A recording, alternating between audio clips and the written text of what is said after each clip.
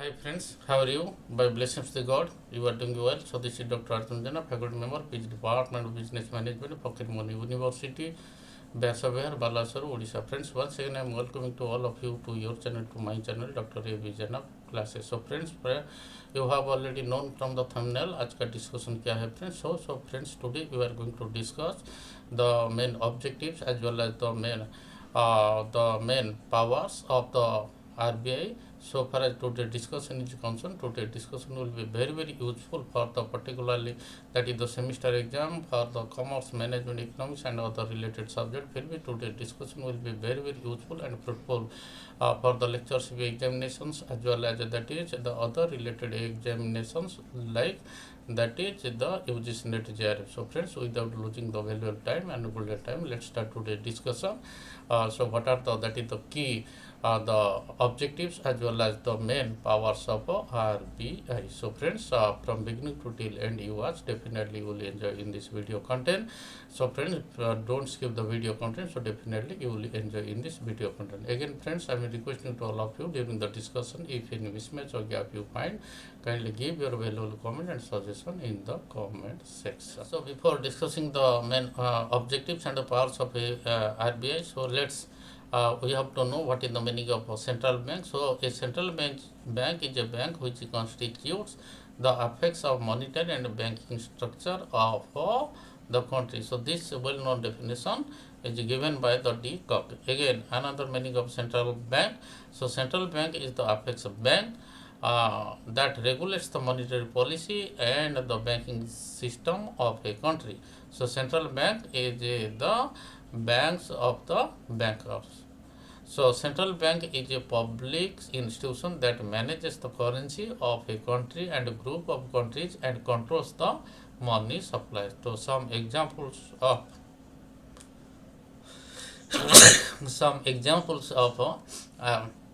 central bank. So far as the India is concerned, so RBI is Reserve Bank of India, I mean the RBI of India. Similarly, the Bank of England, the Federal Reserve System of USA, then the People's Bank of China. So these are the examples of some of the examples of the various countries. I mean the India, England, USA, and China. So next friends, so far as so friends, we will know some thing about the RBI. So RBI, the Central Bank of India. I mean the RBI is the banker of the all the banks of India. So RBI is the regulatory body of money market and the banks. आइए friends हम discussion करेंगे money market मतलब क्या.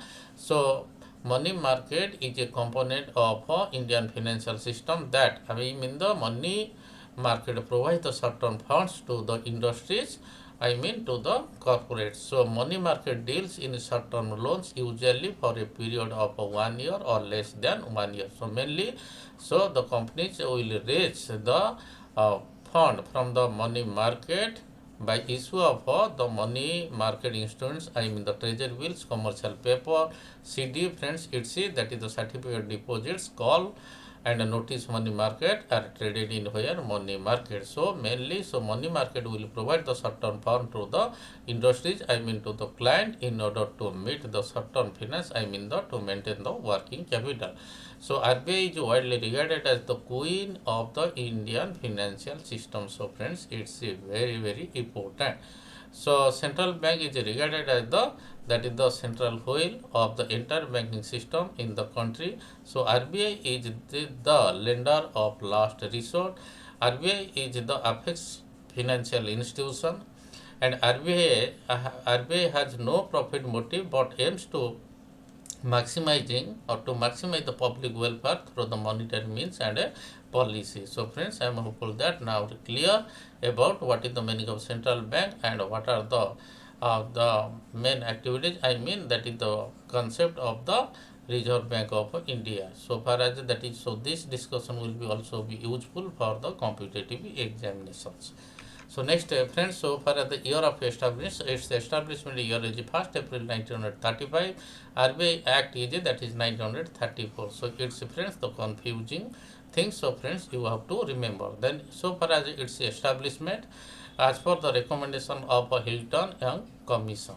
So nationalization of RBI. So friends, it's a typing error is there. So it's the 1st January 1949. So RBI is the first nationalized bank. Its headquarter is कहाँ पर है friends? It's a Mumbai.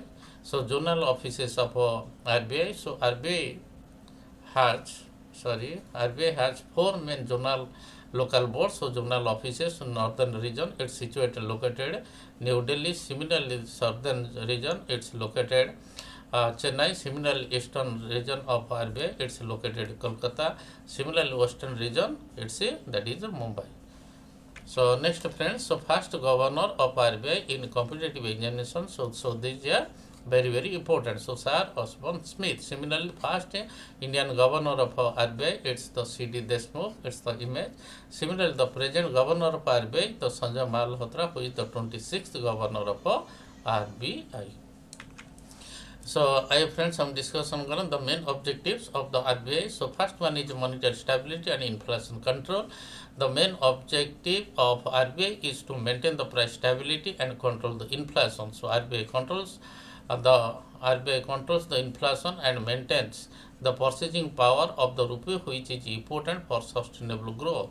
So what is the meaning of inflation? So friends, inflation is the general rising the prices of essential goods and services over the time that reduces the purchasing power of the public.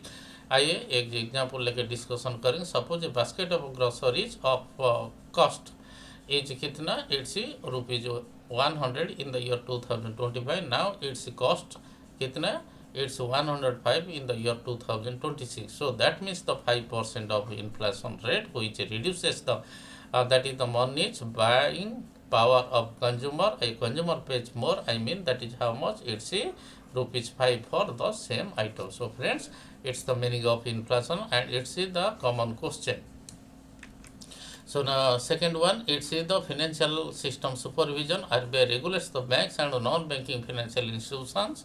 I mean it's NBFIs. So to ensure the safety, the money of depositors, RBI maintains the financial stability. RBI mitigates the systematic risks also. So systematic risks, so friends, for your kind information, I have already posted one video, what is the basic difference between systematic risks and unsystematic risks, as well as, so it's what are the different types of systematic risks. Ensure the resilience of the financial system. आइए friends देखेंगे what is, that is the systematic risks. So the risks that are uncontrollable in nature and arise, or the risks arise out of the external factors like the political, economic, etc. are regarded as the systematic risks. So here, so it's the war between, that is the Russia and Ukraine, and now that is the war is being going on, that is the Israel and the Iraq. So here the examples of systematic risks are inflation, movement of interest rate, higher rate of unemployment, poverty, fluctuations in the price, and that is the pandemic. So it's COVID-19. So next it's foreign exchange management. So RBI manages the foreign exchange reserves. So it's the FOREX in short form. So in semester exam you may get so what is the full form of FOREX? So it's friends, that is the foreign exchange reserve. So RBI regulates the market to maintain the stable rupee exchange rate. RBI also maintains and looks after all the foreign exchange which happens between the countries. So foreign exchange facilitates the easy and smooth foreign trade between the countries. RBI ensures the orderly development of the foreign exchange market in India. RBI also acts as the custodian of a foreign exchange reserve. So friends, I am hopeful that now clear. So next one friends, the issuers of currency. So RBI enjoys the monopoly over printing or issuing the currency notes. So RBI issues, exchanges and manages the currency notes. RBI also ensures an adequate supply of clean and genuine banknotes and coins to the public. So RBI has the authority to destroy the old notes. RBI also decides which currency is fit for circulation among the people for the purpose of exchange. So developmental role. So RBI also discharges some developmental roles and functions towards the economy. RBI promotes the financial inclusion, rural credit, industrial and agricultural development through initiatives through initiatives through NABARD. So friends, so NABARD stands for National Bank for Agriculture and Rural Development. So friends, you have to remember. So next one, regulator of a payment system. RBI also maintains and safe, efficient and secure payment and settlement system. So RBI is the regulator of payment system. So RBI develops and regulates the safe, efficient payment systems such as NEFT, RTGS, UPI to ensure the smooth fund transfer between the parties. So NEFT stands for National Electronic Funds Transfer. Similarly, RTGS stands for Real Time Gross Settlement. So friends, for your kind information, I have posted one video. What is the basic difference between NEFT and RTGS? Kindly go through the posted video and you will get more idea. So UPI stands for Unified Payment System. So UPI is a real-time and instant digital payment system, and it's developed by NPCI. It stands for friends, so National Payments Corporation of India. So UPI connects the multiple bank accounts into one mobile application. So it's friends, it's the meaning of UPI. Next one friends, that is the developmental role. So RBI decides some developmental roles and functions towards economy. RBI promotes the financial inclusion, rural credit, industrial development through the initiatives through RBI, NABARD. So friends, NABARD again, I am telling that is the National Bank for Agriculture and Rural Development. So it's a next one, it's a that is the objective, bankers bank and a supervisor, I mean the lender of last resort. So RBI is the bankers bank. I mean whenever the banks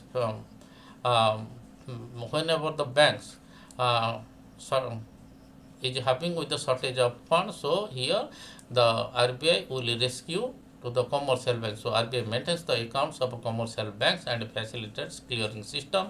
RBI acts as the lender of last resort to prevent the liquidity failures of banks.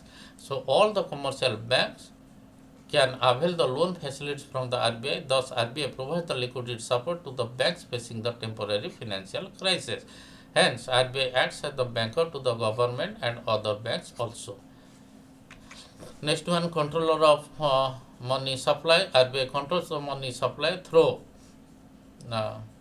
its typing error is there, through its monetary means and policies such as bank rate, repo rate, reverse repo rate, CRR. I mean friends, it's a cash reserve ratio, it's SLR friends, it's the statutory liquidity ratio for smooth running of Indian economy. So friends, for your kind information, so I have already posted one video, that is the monetary policies of RBI. So there in this video content I have already discussed what is the meaning of bank rate, repo rate, reverse repo rate, CRR, SLR, etc. So kindly friends go through the posted video. I friends some discussion करेंगे what are the key powers or the main powers of RBI. So first one is monetary authority. RBI has the power to control the money supply and credit through tools like the repo rate.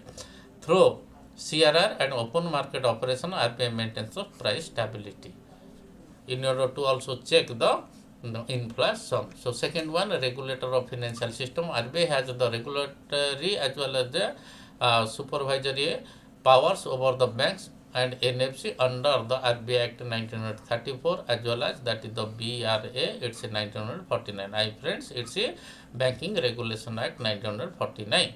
RBI supervises the commercial banks and NFC by setting the norms for operation, auditing as well as issuing the guidelines. Next friends is issuer of the currency. RBI is the issuer of currency. RBI has the sole authority to issue and manage the legal tender, I mean the currency in India. Similarly, RBI has the monopoly to issue, manage as well as the distribute the currency note as well as destroy the on-field notes. Next one friends, so banker to the government. So friends, I have already told you, so whenever the government will face the funds, so here the RBI is there to supply, I mean to provide the funds to the government in order to manage that is the financial system. So RBI acts as the banker and a financial advisor to the governments. Governments means so friends here that is it's the state government as well as the state central government as well as RBI act as an agent also. RBI makes the transaction of all the banking businesses of the government. So RBI manage the accounts, deposits, expenditures for the both the central government as well as the state governments also. So RBI acts as their merchant banker and the debt managers. So next, what are the similar the key regulatory and supervisory powers of RBI? So first one is that is the banking regulation. RBI has the power under the Banking Regulation Act 1949 to issue the license to establish the new banks and branches. So here, so RBI also inspects and supervises the, both the public sector banks as well as the private sector banks in India. RBI has the power to impose the penalties on banks for failing to address the regulation. So these are this is the first one is that is the banking regulation. Second one is the management control. RBI can appoint, remove or supersede the chairman and managing director for smooth management of a bank. So RBI also appoints the additional directors to the board of a bank for greater interest of the public. Then audit and inspection. So RBI can inspect the books, accounts and conduct the audits of a bank. RBI also inspects the bank records for special audits of a bank as per the Banking Regulation Act 1949. So next one, insolvency initiation. So RBI can direct to banks to initiate the insolvency proceedings against the defaulters. RBI can give the directions the bank to initiate the insolvency resolutions process in respect of a default under the provisions of insolvency and bankruptcy code. So friends, you have to remember it's 2016 restructuring. So RBI has the power to amalgamate or liquidate banks to protect the interest of the public. So friends, here that is what, so it's the amalgamation or that is the restructuring. So concluding remarks, so it's through these powers RBI maintains the stability of the Indian banking system, controls the inflation as well as support the Indian economy. So friends, so these are all about today's discussion. So friends, I am hopeful that so you have enjoyed a lot. So before concluding our discussion, so I am wishing all the very best for your upcoming not only the semester exam, also the competitive exam. So thanks a lot to all of you to for watching this video content. So friends, again we will meet in another video. So thanks a lot to all of you.